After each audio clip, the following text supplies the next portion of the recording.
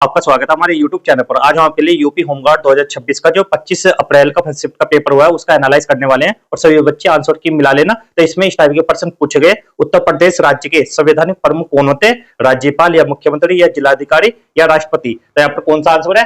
और भारतीय संविधान की व्याख्या करने का अंतिम अधिकार किसके पास है? तो इस टाइप के प्रश्न पूछे गए। तो आइए समझते हैं। तो पहले प्रश्न से हम स्टार्टिंग करते हैं, तो सभी बच्चे अपना आंसर की मिला लेना।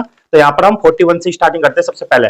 तो आपके सामने ये पहला प्रश्न है, तो सभी बच्चे आंसर मिलाते चलना। कंप्यूटर नेटवर्किंग सिस्टम में एमएसी एड्रेस को दर्शाने के लिए उपयोग की जाने वाली बिट लंबाई क्या है? तो यहाँ पर चार ऑप्शन है, चारों में कौन सा लगा है सभी बच्चे? ऑप्शन नंबर सी बिल्कुल राइट आंसर है, 48 बिट्स इसका सही आंसर है।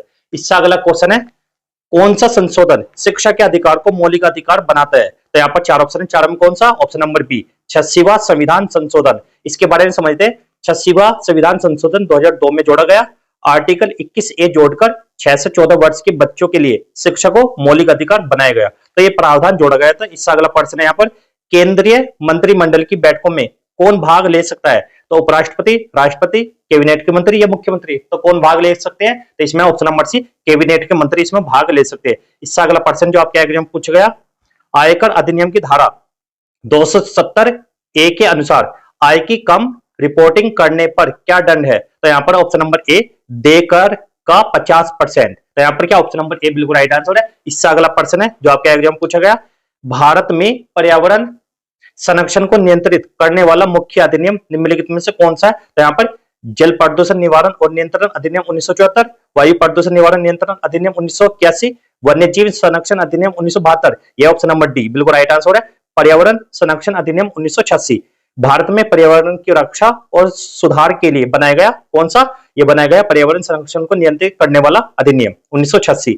इससे अगला प्रश्न है जो आपके एग्जाम पूछा गया है यहाँ पर, तो इसके बारे में समझते हैं। CAM पौधों में कार्बन डाइऑक्साइड रात भर इस रूप में संग्रहित होता है। तो किस रूप में संग्रहित होता है? यह होता है ऑप्शन नंबर ए मैलिक अम्ल के रूप में संग्रहित होता है, और ताकि दिन में प्रकाश संश्लेषण के लिए उपयोग कर सके। तो रात में क्या किसके रूप में संग्रहित होता है? ये मैलिक अम्ल के रूप में, और कार्बन डाइऑक्साइड रात भर ये लेता है, तो ताकि दिन में प्रकाश संश्लेषण के लिए उपयोग कर सके। यहाँ पर ये वाला प्रश्न था। और इससे अगला प्रश्न जो आपके एग्जाम पूछा गया, तो इसके आगे चलते हैं अब हम। 47 वाला क्वेश्चन है, भारतीय संविधान में राज्य नीति के निर्देशक सिद्धांतों का क्या महत्व है? तो यहाँ पर चार ऑप्शन, चार में कौन सा है? ये सरकार को आर्थिक और सामाजिक नीतियां स्थापित करने के लिए दिशा निर्देश प्रदान करते हैं। तो इसका आंसर है ऑप्शन नंबर ए बिल्कुल राइट आंसर है। डीपीएसपी का उद्देश्य एक कल्याणकारी राज्य बनाना। ये न्यायालय द्वारा परिवर्तनीय है नहीं है, लेकिन शासन के लिए मौलिक है ये। तो इससे अगला प्रश्न जो आपके एग्जाम पूछा गया है, 48 कौन सा मौलिक अधिकार व्यक्ति को मानव तस्करी, जबरन श्रम और बाल श्रम से सुरक्षा प्रदान करता है? तो कौन सा है इसमें?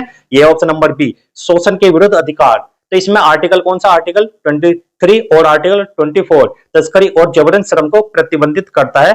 यह है 23 और 24। इससे अगला प्रश्न है जो आपके एग्जाम पूछा गया, भूमि अधिग्रहण, पुनर्वास और पुनर्स्थापन अधिनियम 2013 के तहत सार्वजनिक निजी भागीदारी पीपीपी परियोजनाओं में भूमि अधिग्रहण के लिए प्रभावित परिवारों में आवश्यक सहमति का न्यूनतम प्रतिशत क्या है? तो यह ऑप्शन नंबर डी 70%। तो यहां पर समझना, सार्वजनिक निजी भागीदारी परियोजना के लिए कितना? 70%, और निजी परियोजना के लिए 80% है इसमें। इससे अगला प्रश्न जो आपके एग्जाम पूछा गया है, यह है 50वां मोटर वाहन अधिनियम 1988 द्वारा तृतीय पक्ष के बीमा के संबंध में क्या प्रावधान है? यह ऑप्शन नंबर सी, यह सभी वाहनों के लिए अनिवार्य, जो सड़कों पर चलते हैं उनके लिए क्या है? यह अनिवार्य है। तो इससे अगला प्रश्न जो आपके एग्जाम पूछा गया है, इससे अगला प्रश्न है, भारतीय संविधान का निम्नलिखित में से कौन सा अनुच्छेद पंचायतों की संरचना से संबंधित है? यह ऑप्शन नंबर सी अनुच्छेद 243C। ये वाला किससे? पंचायत से संबंधित है। आर्टिकल 243A किससे संबंधित है? ये है ग्राम सभा से, और आर्टिकल 243B पंचायतों के गठन से संबंधित है। इससे अगला प्रश्न जो आपके एग्जाम पूछा गया है, इसके आगे चलते हैं हम। तो यहाँ पर अनुच्छेद 360 के तहत, तो यहाँ पर यह अनुच्छेद 360 के तहत जारी किए गए वित्तीय आपातकाल की घोषणा के लिए संसद के पास अनुमोदन के लिए कितना समय होता है? तो यहाँ पर 6 सप्ताह होता है, 3 महीने या 2 महीने या 1 महीना? यह होता है ऑप्शन नंबर सी 2 महीने होता है। 2 महीने के लिए अनुमोदन करना आवश्यक है। इससे अगला प्रश्न है 53, भारत में जनहित याचिका के संदर्भ में एपिस्टोलरी जुडिशरी का क्या महत्व है? तो यहाँ पर ऑप्शन नंबर सी, यह अदालतों को पत्रों या पोस्ट कार्डों के आधार पर स्वतः या स्वयं से कार्रवाई आरंभ करने की अनुमति देता है। तो यहाँ पर यह आंसर होता है इसका। इससे अगला प्रश्न है, निम्नलिखित में से कौन विद्रोहियों के एकमात्र योग्य सेनापति माने गए थे? तो कौन है यहाँ पर चार ऑप्शन, चारों में मौलवी राजा अली, एडवर्ड्स, बहादुर शाह द्वितीय और जेम्स आउट्स और लॉर्ड लॉरेंस और जॉन निकोलसन। ये है ऑप्शन नंबर डी बिल्कुल राइट आंसर है। नाना साहेब और तात्या टोपे और रानी लक्ष्मीबाई, ये 1857 के भारतीय विद्रोह के दौरान यहाँ पर ये थे नाना साहेब, तात्या टोपे और रानी लक्ष्मीबाई। तो यहाँ पर इससे अगला प्रश्न है जो आपके एग्जाम में पूछा गया 55, कौन सी कोशिकाएं रोग जनकों की अनुक्रिया में एंटीबॉडी उत्पन्न करती है? तो यहाँ पर चार ऑप्शन है, चारों में कौन सा? ऑप्शन नंबर बी बिल्कुल राइट आंसर है। बी लिम्फोसाइट्स इसका काम है, और टी लिम्फोसाइट्स का काम क्या है? प्रतिरक्षा प्रतिक्रिया को प्रतिबंधित करने में मदद करती है। इससे अगला प्रश्न है जो आपके एग्जाम पूछा गया, हिंदी साहित्य में उपन्यास सम्राट किसे कहा जाता है? ये कहा जाता है option number D Munshi Premchand को। और हरिवंश राय बच्चन की कौन सी है? सभी बच्चे बताइए। जयशंकर प्रसाद की कौन सी है? और कबीरदास की कौन सी है? तो जयशंकर प्रसाद की कौन सा उपन्यास है? तो सभी बच्चे कमेंट करिए। तो इससे अगला प्रश्न है आपके एग्जाम में जो पूछा गया, भारत के पहले प्रधानमंत्री कौन थे? तो भारत के प्रधानमंत्री कौन थे पहले? तो ये थे option number C, Pandit Jawaharlal Nehru पहले प्रधानमंत्री थे। और उसके बाद कौन बने? लाल बहादुर शास्त्री बने, और उनके बाद श्रीमती इंदिरा गांधी, फिर राजीव गांधी। ठीक है, इस तरीके से ये थे। इससे अगला प्रश्न है, भूमि अधिग्रहण पुनर्वास और पुनर्स्थापन अधिनियम 2013 में उचित मुआवजे और पारदर्शिता के आधार का प्राथमिक उद्देश्य निम्नलिखित में से कौन सा है? तो यह ऑप्शन नंबर ए, अधिग्रहित भूमि के लिए उचित मुआवजा सुनिश्चित करना। इससे अगला प्रश्न है जो आपके एग्जाम पूछा गया, सूचना प्रौद्योगिकी या आईटी अधिनियम 2000 इसके संशोधनों सहित के अंतर्गत कौन सी धारा मध्यस्थों पर सरकारी एजेंसी या न्यायालय के आदेश द्वारा सूचित किए जाने पर गैर कानूनी उपयोगकर्ता जनित सामग्री को हटाने के लिए दायित्व डालती है? यह ऑप्शन नंबर बी, धारा 79 का क्लोज 3 और बी। यहाँ पर इसका यह आंसर है। इससे अगला प्रश्न है, किस भारतीय शहर को उसके ऑटोमोबाइल उद्योग के कारण भारत का डेट्रॉइट कहा जाता है? यह कहा जाता है ऑप्शन नंबर बी, चेन्नई को कहा जाता है। किसे? चेन्नई को। इससे अगला प्रश्न है 61वां, लैंगिक अपराधों से बालकों का संरक्षण अधिनियम या पोक्सो 2012 विशेष रूप से किस आयु वर्ग की रक्षा करता है? यह करता है 0 से 18 वर्ष के बीच के बच्चों की रक्षा करता है। इससे अगला प्रश्न है जो आपके एग्जाम पूछा गया है, यह है कृषि के लिए सहकारी बैंकों को पुनर्वित्त सुविधाएं कौन सी संस्था प्रदान करती है? ये करते हैं नाबार्ड। नाबार्ड की स्थापना सभी बच्चे बताना कमेंट करके। राष्ट्रीय कृषि और ग्रामीण विकास बैंक है इसका नाम। और आरबीआई की स्थापना कब हुई थी ये भी बताना। आरबीआई की स्थापना हुई है 1 अप्रैल 1935 को। इससे अगला प्रश्न है, यहां पर समझना सभी बच्चे, यह 63वां प्रश्न है, भारत में विपरीत दिशाओं में चलने वाले वाहनों या यातायात को अलग करने वाली लेन मार्किंग या अंकन का रंग क्या होता है? यह होता है ऑप्शन नंबर ए, सफेद या व्हाइट। इससे अगला प्रश्न है, भारत में स्थानीय स्वशासन की संरचना और कार्य प्रणाली से संबंधित कानून बनाने का अधिकार किसके पास है? ये किसके पास है? यहाँ पर ऑप्शन नंबर सी, राज्य विधानमंडल के पास है। और यहाँ पर क्या है?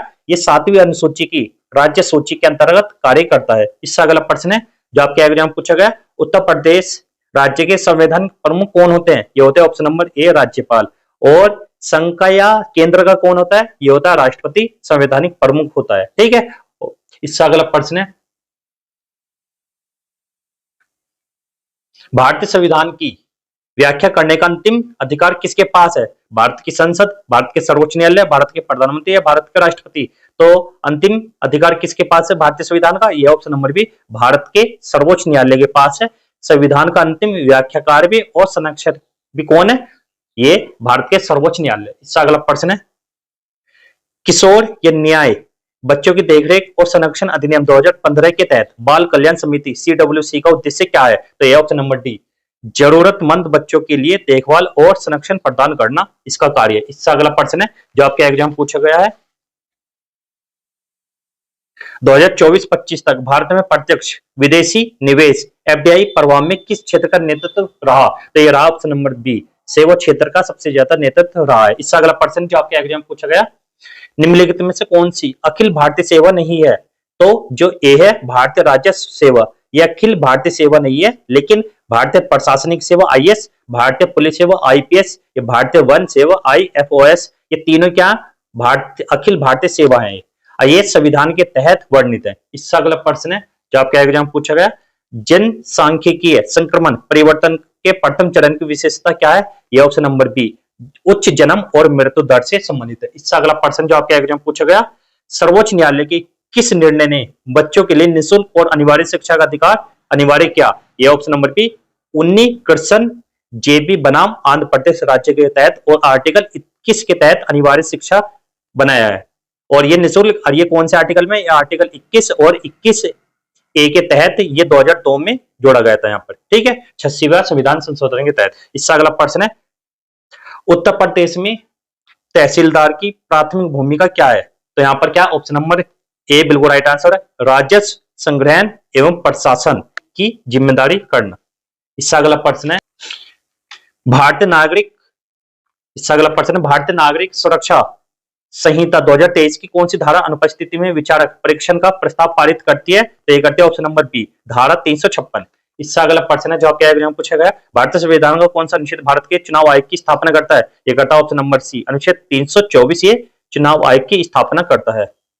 इससे अगला प्रश्न है, तस्मानिया द्वीप राज्य किस देश में स्थित है? यह ऑस्ट्रेलिया द्वीप में स्थित है। इससे अगला प्रश्न है, भारत के पहले सहकारी multi feed compressed biogas CBG संयंत्र का उद्घाटन कहां किया गया? ये किया गया ऑप्शन नंबर सी पुणे में। इससे अगला प्रश्न, दिल्ली सल्तनत पर किस महिला ने एकमात्र महिला शासक के रूप में शासन किया? Option number B Razia Sultan के रूप में कार्य किया है। इससे अगला प्रश्न, कौन सी पर्वत श्रृंखला फ्रांस और स्पेन के बीच प्राकृतिक सीमा बनाती है? यह ऑप्शन नंबर बी यह है पाइरेनीज। इससे अगला प्रश्न है, निम्नलिखित में से कौन सा भारतीय राज्य चीन के साथ सीमा साझा नहीं करता? यह है option number B D Manipur. Uttarakhand भी और सिक्किम अरुणाचल प्रदेश सभी चीन के साथ सीमा साझा करते हैं। इससे अगला प्रश्न है, निम्नलिखित में किसके पास चुनाव याचिका को सुलझाने का अधिकार है? ऑप्शन नंबर बी उच्च न्यायालय के पास यहाँ पर यह अधिकार है। और भी क्वेश्चन है उन्हें अगले वीडियो में लाएंगे। तब तक के लिए गुड बाय, जय हिंद जय भारत। और वीडियो अच्छी लगी तो वीडियो को लाइक करना, चैनल को सब्सक्राइब करना। मिलता है अगले वीडियो में, तब तक के लिए गुड बाय, जय हिंद जय भारत।